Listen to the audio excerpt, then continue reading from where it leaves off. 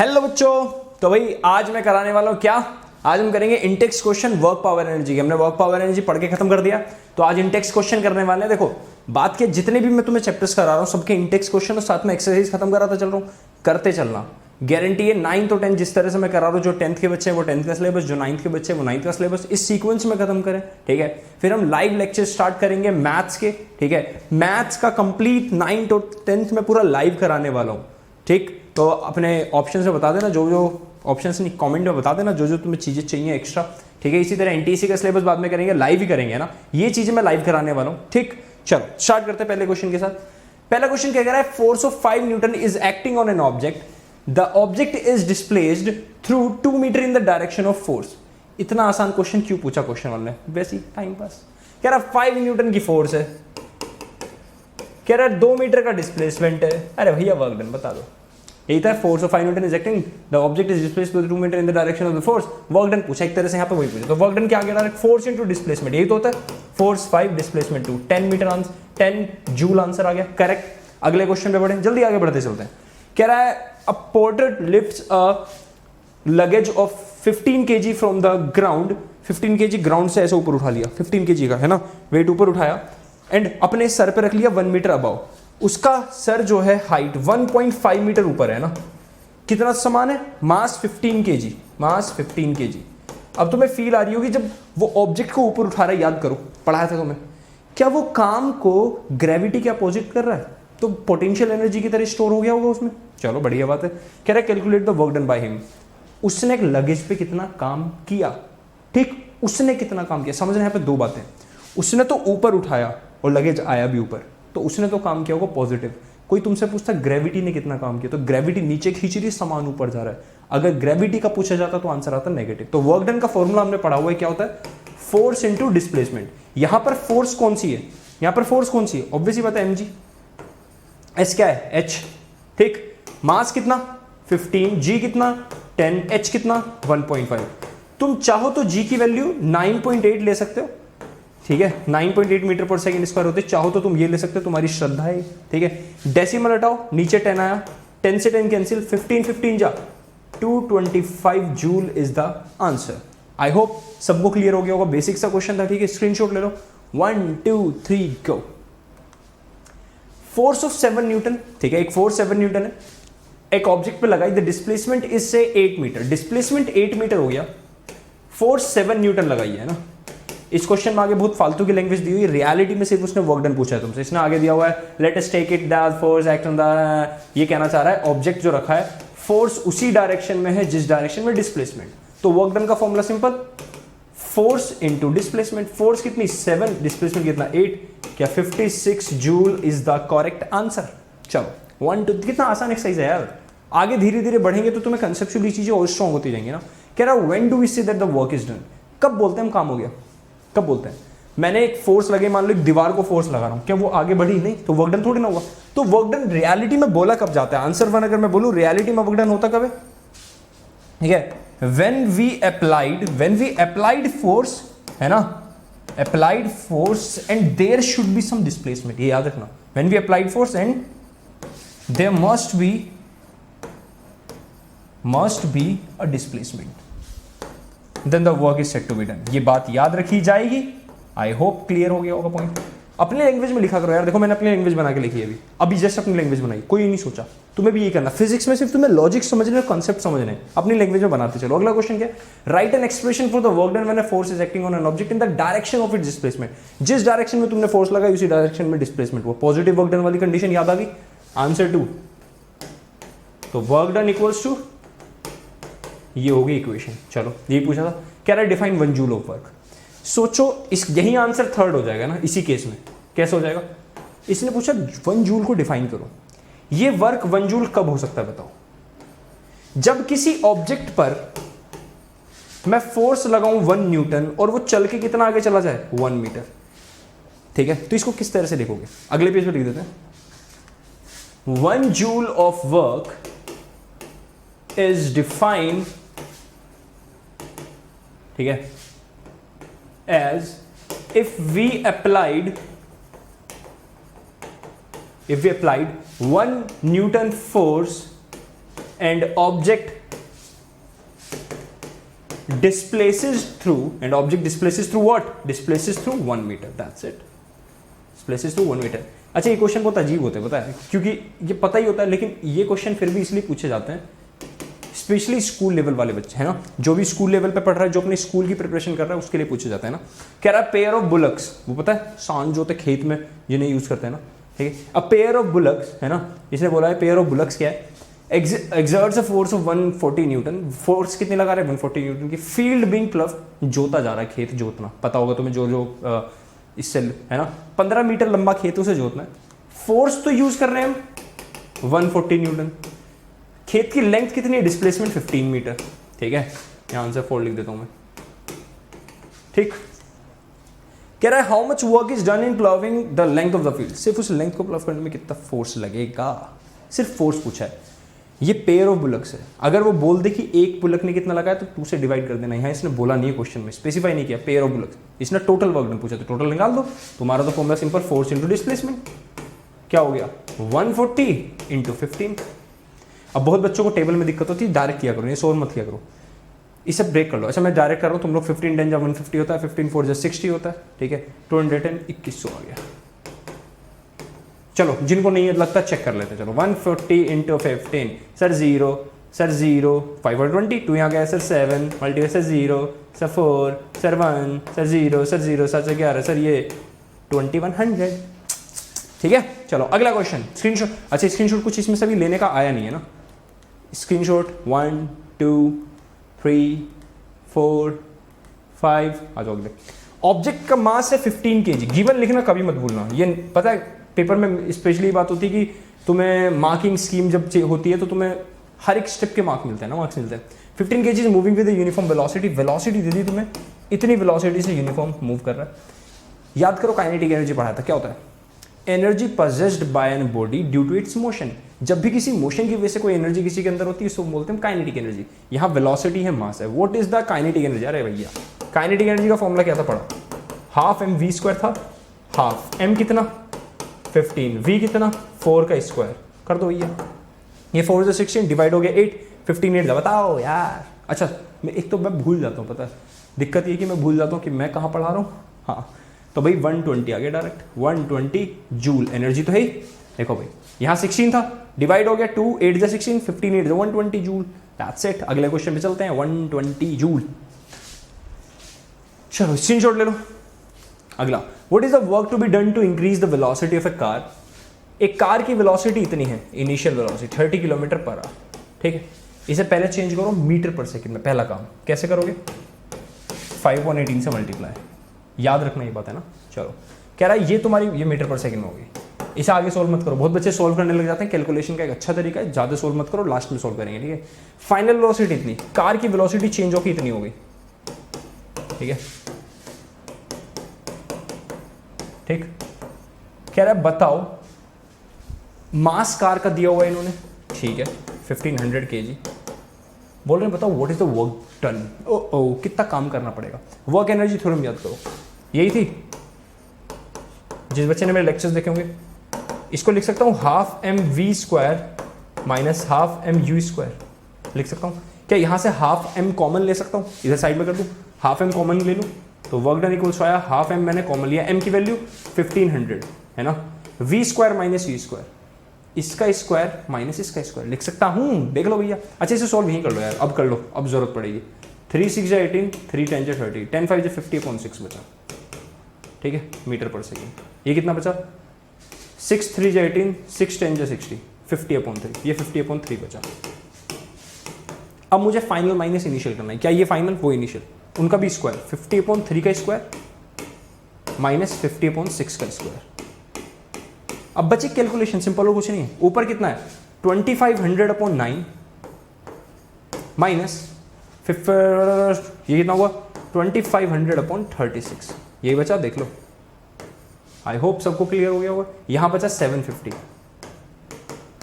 देख लो जल्दी जल्दी जल्दी स्क्रीनशॉट ले लो, 1 2 3 है ना, नीचे 2500 कॉमन ले लूँ क्या, यहां पे लिख लूँ, यहां पे लिख देता हूँ work done equals to 2500 common ले लो, ऑलरेडी बाहर 750 था, 750 इंटू 2500 ब्रैकेट में बचा 1/9 माइनस 1/36, बहुत होच पोच होगी, तो भाई इसलिए जल्दी से स्क्रीनशॉट लो बेटा। क्लियर? वर्क डन कितना आ गया अभी तुम्हारा 70, यहाँ एलसीएम ले लो 36, 4 - 1 ये बचा 750 ऐसे रहने। तो अच्छा मैं क्यों नहीं कर रहा कैलकुलेशन सॉल्व, पता है तुम्हें? अभी दिखाऊंगा तुम्हें रीज़न। बहुत तो अच्छे सोचते होंगे सर क्यों नहीं कर रहे, सर जल्दी कर दो सर, कितना आगे ले जाओगे सर? यहाँ 3/36 बचा, 3/36 डिवाइड कर दो, 3/12 है, ये नीचे आ गया 1/12। अब सोचो क्या मैं एक काम कर सकता हूँ इस क्वेश्चन में, यहाँ 2 0 और ये 1 0 इनको अलग निकाल लो, है ना? पहले चलो इतने स्क्रीनशॉट ले लो, 1 2 3 गो। चलो ठीक है, कर लिया होगा ना? अब इसके बाद डायरेक्ट मैं आंसर लिख रहा हूँ, ठीक है? तुम लोग कैलकुलेट कर लेना, मैं डायरेक्ट बताता हूँ। वर्क यहाँ पे आ जाएगा 156 250 जूल, ठीक है? स्क्रीनशॉट ले लिया होगा। चलो अगला क्वेश्चन कह रहा है what is the kinetic energy of an object. Kinetic energy define करो, क्या होता है kinetic energy? Energy possessed by body, energy पहला, एनर्जी पोजेस्ड बाय, अब स्पेलिंग गलत हो सकती है बट चेक कर लेना। नहीं नहीं नहीं नहीं, शायद अपने पास है ना तरीका। अरे भैया ठीक है, देख लो। Possessed by body, energy possessed by body due to its motion, ठीक है? चलो अगला पॉइंट, सेकंड आंसर क्या है? कह रहा है भैया बताओ write an expression for the kinetic energy of the object. तो हम लिख सकते हैं क्या, kinetic energy equals to half mv², लिख सकते हैं, where m is mass and v is velocity. Exams में ये बात लिखना मत भूलना, ठीक? चलो अगला पॉइंट कह रहा है बताओ kinetic energy of the object of mass m with the velocities. Okay, तीसरे क्वेश्चन में कुछ गिवन है इसने दे दिया, एक ऑब्जेक्ट की वेलोसिटी 5 है तो उसकी काइनेटिक एनर्जी है 25 जूल, ठीक? इन दोनों का रिलेशन देखो स्क्वायर में, अगर v को तुम डबल करोगे काइनेटिक एनर्जी 4 टाइम्स हो जाएगी, याद रखना, ठीक है? v को ट्रिपल करोगे काइनेटिक एनर्जी 9 टाइम्स हो जाएगी, देख रहे हो? क्योंकि रिलेशन ऐसा स्क्वायर से, ठीक है? कह रहा what will be it's kinetic energy when its velocity is doubled. वो चीज ढूंढने से पहले मास निकालो, क्योंकि मास तो चेंज नहीं होगा वेलोसिटी बढ़ने से। चलो क्या मैं लिख सकता हूँ काइनेटिक एनर्जी का फॉर्मूला हाफ mv²? सोच के बताओ भाई, आगे देखो। काइनेटिक एनर्जी 25 गिवन है, इक्वल्स टू हाफ m मुझे निकालना है, v का स्क्वायर, वेलोसिटी 5 का स्क्वायर कितना हो गया? क्या 5 का स्क्वायर 25 होता है? 25 से ही 25 डिवाइड होगा 1, ये 2 इधर चला जाएगा। क्या इस इक्वेशन को सॉल्व करके मास में बोल सकता हूँ 2 kg आएगा? आई होप सबको ये इंपॉर्टेंट बात समझ में आ गई है। बाकी मैं इधर करने वाला हूं, सबको क्लियर हुआ कि इस इक्वेशन को सॉल्व करने के बाद ध्यान से देखो, मास आएगा 2 kg, 5 5 25 से 25 डिवाइड 1, 2 उधर गया, 2 kg, क्लियर? मास आ गया। अब कह रहा वेलोसिटी डबल कर दो, वेलोसिटी पहले 5 थी, अगर डबल कर दूं तो इतनी हो जाएगी। कह रहा अब काइनेटिक एनर्जी बताओ, तो निकाल दो। Kinetic energy equals to half, mass कितना 2, v² कितना 10 का स्क्वायर। मेरे हिसाब से डबल, वेलोसिटी डबल की तो काइनेटिक एनर्जी 4 टाइम्स होनी चाहिए, 25 का 4 टाइम्स 100 आना चाहिए। ये डायरेक्ट आंसर बता सकते हैं बट हम वेरीफाई कर रहे हैं, 100 आना चाहिए आंसर। चलो 2 से 2 कैंसिल, क्या 100 जूल आ गया? अपने आप देख लो, देख लो, स्क्रीनशॉट ले लो 1 2 3 को। अगला कह रहा है what will be kinetic energy when the velocity is increase 3 times. Velocity इसको ए पार्ट मान के कर लो, चलो इसको बी पार्ट। वेलोसिटी 3 टाइम्स, 5 थी, 3 टाइम्स का मतलब 15 हो गई। रिलेशन देखो, अगर वेलोसिटी 3 टाइम्स हुई तो क्या ये 9 टाइम्स होगा? 25 का 9 टाइम्स कितना होता है? 225। अब देखते हैं हमारा आंसर 225 आ रहा है क्या? चलो काइनेटिक एनर्जी हाफ, m वही रहेगा, v² 50 का स्क्वायर, 2 से 2 कट गया, क्या 15 का स्क्वायर 225। अरे भैया क्या बात कर रहे सर जी, आंसर सही आ गया 2025 जूल। लिखो जल्दी 1 2 3 स्क्रीनशॉट। चलो अगला क्वेश्चन, अगला क्वेश्चन पे चलता है। कह रहा है find the energy possessed bye an object of mass 10 kg। Mass 10 kg तुम्हें गिवन है, बॉडी का मास तुम्हें 10 kg गिवन है, और आगे कह रहा है when it is at a height of 6 metre, ground से 6 मीटर ऊपर है। देखो अबव द ग्राउंड लिखा हुआ है, 6 मीटर ग्राउंड से ऊपर है। हाइट इसकी 6 मीटर कहां से? ग्राउंड से। इसके अंदर पक्की बात है, किसकी बात करने वाला है ये भैया? करने वाले हैं किसकी बात? पोटेंशियल एनर्जी की, मुझे ऐसी लग रहा है। जी की वैल्यू कह रहा है 9.8 लेना, देखो भैया ना कम ना ज्यादा, इस बार इन्होंने बोल दिया, याद रखना जी की वैल्यू, जी पता है ना। चलो निकाल देते हैं। कह रहा है एनर्जी पोजेस्ड बाय, एनर्जी के यहाँ पे पोटेंशियल एनर्जी होगी, वही होगी पोटेंशियल एनर्जी होती है मास इंटू जी इंटू एच। मास तुम्हारा 10, जी तुम्हारा 9.8, एच तुम्हारा 6, डेसिमल हटाया नीचे 10 आया, 10 से 10 कटा। बताओ, अब बहुत बच्चे होंगे देखो डायरेक्ट मल्टीप्लाई करना सीख लो, 100 इंटू 6 कर लो, 600 होता है। यहाँ 2 का गैप रह गया, 12 हटा देना, ये तो है शॉर्टकट। अदरवाइज जो बच्चे मैथ स्कूल वाले हैं देखो 8 6 जा 48, 9 6 जा 54, 54 58, देख लो 12 बचा ना, 600 में से 12, देख लो मल्टीप्लिकेशन के नए तरह का मिल गया। मैंने क्या बोला था, यहाँ 100 मान लो, 100 6 जा 600 में से 12 हटा दो, यही आता। अब नहीं नहीं कोई भी तरीका यूज करो भैया, लेकिन ये चीजें तुम धीरे धीरे सीखोगे, एकदम मत सोचना कि सर ने ऐसे कर दिया मैं भी ऐसे करूंगा, ये चीजें धीरे धीरे सीखोगे, ठीक है। चलो स्क्रीनशॉट ले लो 1 2 3 को। An object of mass 12 kg, object का मास 12 kg, ठीक है। आगे कह रहा है is at a certain height above the ground, ground से कुछ हाइट के ऊपर है, ठीक है। कह रहा है इधर potential energy of the object is इतना, पोटेंशियल एनर्जी गिवन इस बार कितनी 480 जूल, ठीक। कह रहा find the height which the object is with respect to the ground, अगर जी 10 दिया हुआ है, अगर जी तुम्हें 10 दिया हुआ है देखो, तो कह रहा हाइट निकालो कितना ऊपर है ग्राउंड से। क्या हमें पता है पोटेंशियल एनर्जी के फॉर्मूले में हाइट आती है, वहां से हम ढूंढ सकते हैं। तो क्या पोटेंशियल एनर्जी का फॉर्मूला लगा दूं mgh, है ना, यहां से मुझे पोटेंशियल पता है, m पता है, g पता है, h निकाल सकता हूं। पोटेंशियल है तुम्हारी 480, m है तुम्हारी 12, g है तुम्हारा 10 और तुम्हें h निकालना है। ये दोनों उठ के डिवाइड में आ गए, h को ऐसे ही रहने दो। क्या 480 डिवाइडेड बाय 12 इंटू 10, 0 से 0 कैंसिल, 12 4 जा 48, आंसर आया 4 मीटर। लिख लो इसे अच्छे से, स्क्रीनशॉट ले लो 1 2 3 एंड गो।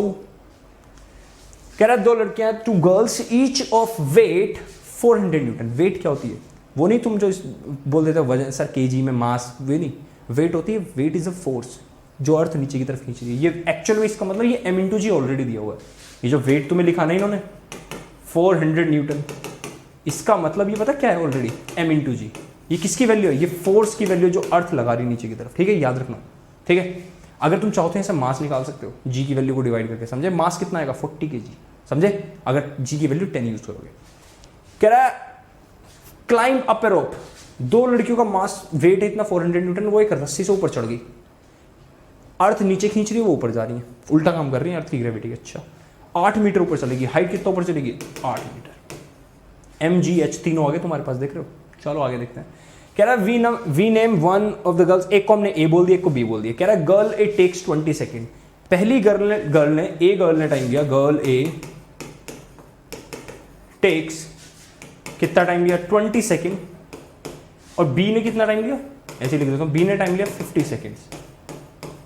कहां तक, 8 मीटर हाइट चढ़ने में इतना टाइम लिया, ठीक है। What is the power, power पूछ रहे हैं, याद करो पावर ऑफ ए निकाल रहा हूं। क्या पावर का फॉर्मूला वर्क अपॉन टाइम है, क्या यहाँ पे वर्क तुम्हारा डायरेक्ट फोर्स इनटू डिस्प्लेसमेंट, क्या ये फोर्स है और क्या ये डिस्प्लेसमेंट है, क्या लिख सकता हूँ फोर्स, हाँ ना बोलो, ओ sorry sorry sorry sorry sorry sorry, एक हल्की सी गलती करती, फोर्स इनटू डिस्प्लेसमेंट। पावर का फॉर्मूला होता है वर्क अपॉन टाइम, पावर का फॉर्मूला वर्क अपॉन टाइम, तो फोर्स तो होगी फोर्स इनटू डिस्प्लेसमेंट, ये तो हो गया वर्क डन, देखो ये वर्क डन हो गया डिवाइडेड बाय टाइम, ए में लगाया था, तो तुम्हारा पावर ऑफ ए आ गई, 0 0 हटाओ 220, 160 वॉट। पावर की यूनिट क्या होती है, वॉट में होती है, ये आगे पावर ए गर्ल की है ना। पावर का formula work upon time, work कितना, force into displacement, force into displacement, देखो फोर्स इनटू डिस्प्लेसमेंट, ठीक है।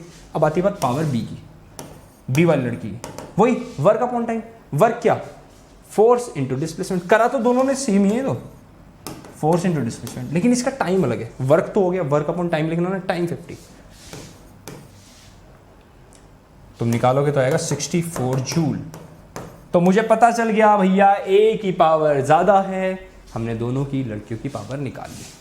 आई होप सबको ये बात क्लियर समझ में आई होगी, स्क्रीनशॉट ले लो 1 2 3। चलो करें अगला। अगला क्वेश्चन आपकी स्क्रीन पर ये रहा, कह रहा है boy of mass 50 kg runs up to a staircase, ऊपर चढ़ रहा है, ग्रेविटी नीचे खींच रही है, ऊपर चढ़ रहा है। बताओ यार, एक लड़का है जिसका मास है 50 किलो, 50 किलो का बच्चा ऊपर चढ़ रहा है सीढ़ी पे 45 स्टेप्स में 9 सेकंड्स में, 9 सेकंड में ऊपर चढ़ गया, टाइम लिया है कुछ, 45 स्टेप है, हर एक स्टेप 15 सेंटीमीटर का, एक स्टेप 15 सेंटीमीटर का, तो 45 स्टेप्स कितने हो गए, 45 स्टेप्स के अंदर यही तो बताओ, यही तो होगा ना, एक स्टेप 15 सेंटीमीटर का, तो 45 स्टेप कितने के, निकाल लो, नहीं निकाल बताओ, बोलो भैया, तो ये हो गया तुम्हारा 225, 25 2 45 5 7 6 675 सेंटीमीटर। इसे मीटर में चेंज करने के लिए 100 से डिवाइड कर दो, क्या 6.75 मीटर, क्या वो हाइट इतनी चढ़ गया, क्या इतनी हाइट चढ़ गया, सेंटीमीटर में मीटर में कर देना, ठीक है।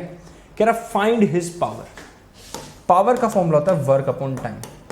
जब वो ऊपर जा रहा है तो पोटेंशियल एनर्जी की बात करेंगे, तो वर्क यहां पे पोटेंशियल एनर्जी की तरह होगा mgh अपॉन टाइम। क्या वर्क का फॉर्मूला फोर्स इनटू डिस्प्लेसमेंट, ये फोर्स ये डिस्प्लेसमेंट, ठीक है। मास कितना इस लड़के का 50, जी की वैल्यू इन्होंने बोल दिया 10, h की वैल्यू 6.75, ये हो गया mgh अपॉन टाइम कितना 9 सेकेंड्स। डेसिमल हटाओ नीचे 100 आ गया, एक जीरो इस जीरो से काट दो, एक जीरो इस जीरो से काट दो, ठीक भाई बात समझ में। 9 बचा, देखो 9 इससे कट रहा है क्या, काट के देखो, 9 6 जा 50, 9 8 जा 72, 9 7 जा 63, 9 7 जा 63, 4 बचा, 9 5 जा 45, देख लो भैया।